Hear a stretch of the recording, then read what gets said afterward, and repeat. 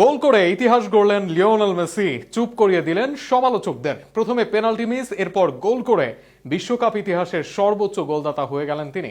মেসির জাদু নিয়ে আরও থাকছে প্রতিবেদনে। মাত্র ৩০ মিনিটের ব্যবধানে ভিলেন থেকে আবারও নায়ক। বিশ্বকাপের মঞ্চে এমন নাটকীয় প্রত্যাবর্তন হয়তো কেবল লিওনেল মেসির পক্ষেই সম্ভব।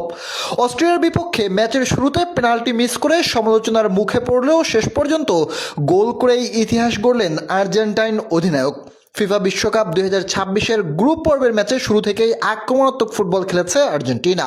ম্যাচের সপ্তম মিনিটে VAR এর সহায়তায় পেনাল্টি পায় বর্তমান বিশ্ব চ্যাম্পিয়নরা। বিশ্বকাপ ইতিহাসের সর্বোচ্চ গোলদাতার রেকর্ড ভাঙার সুবর্ণ সুযোগ ছিল মেসির সামনে তখনই, কিন্তু নবম মিনিটে নেওয়া স্পট কিকটি ডান পোস্টের বাইরে পাঠিয়ে দেন তিনি। পেনাল্টি মিসের পর সামাজিক যোগাযোগ মাধ্যমে শুরু হয় ব্যাপক আলোচনা। অনেকেই প্রশ্ন তুলতে থাকেন, ৩৮ বছর বয়সী এই তারকা কি আগের মতো ধারালো আছেন? বিশ্বকাপের সর্বকালের গোল রেকর্ড কি আর ভাঙা হবে? ম্যাচের ৩৯তম মিনিটে আসে সেই মাহেন্দ্রক্ষণ। বাদিক থেকে ক্রিস্টিয়ান মেদিনার চমৎকার কাটব্যাক পাস বুদ্ধিমত্তার সঙ্গে ছেড়ে দেন থিয়াগো আলমাদা।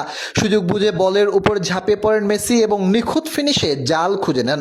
এই গোলের মাধ্যমে বিশ্বকাপে নিজের ১৭তম গোল করেন আর্জেন্টাইন অধিনায়ক। ফলে জার্মান কিংবদন্তি মিরোস্লাভ ক্লোসের ১৬ গোলের রেকর্ড ভেঙে পুরুষদের বিশ্বকাপ ইতিহাসের একক সর্বোচ্চ গোলদাতা হয়ে যান তিনি। গোলের পর স্টেডিয়াম জুড়ে শুরু হয় উচ্ছ্বাস। দর্শক সারিতে অনেক সমর্থককে আবেগে কাঁদতেও দেখা যায় ম্যাচের শুরুতে। পেনাল্টি মিসের হতাশা মুহূর্তেই পরিণত হয় আনন্দে। বিশ্বকাপের ২ ম্যাচে ইতিমধ্যে ৪ গোল করে দুর্দান্ত ছন্দে রয়েছেন মেসি।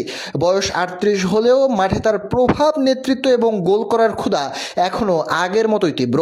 পেনাল্টি মিসের জন্য যারা সমালোচনা করছিলেন তাদের জন্য হয়তো মেসির উত্তর ছিল একটাই, রেকর্ড ভাঙা। আর সেই গোলেই ফুটবল ইতিহাসের নতুন অধ্যায় নিজের নাম আরও উজ্জ্বল করে লিখে রাখলেন আর্জেন্টাইন এই মহাতারকা।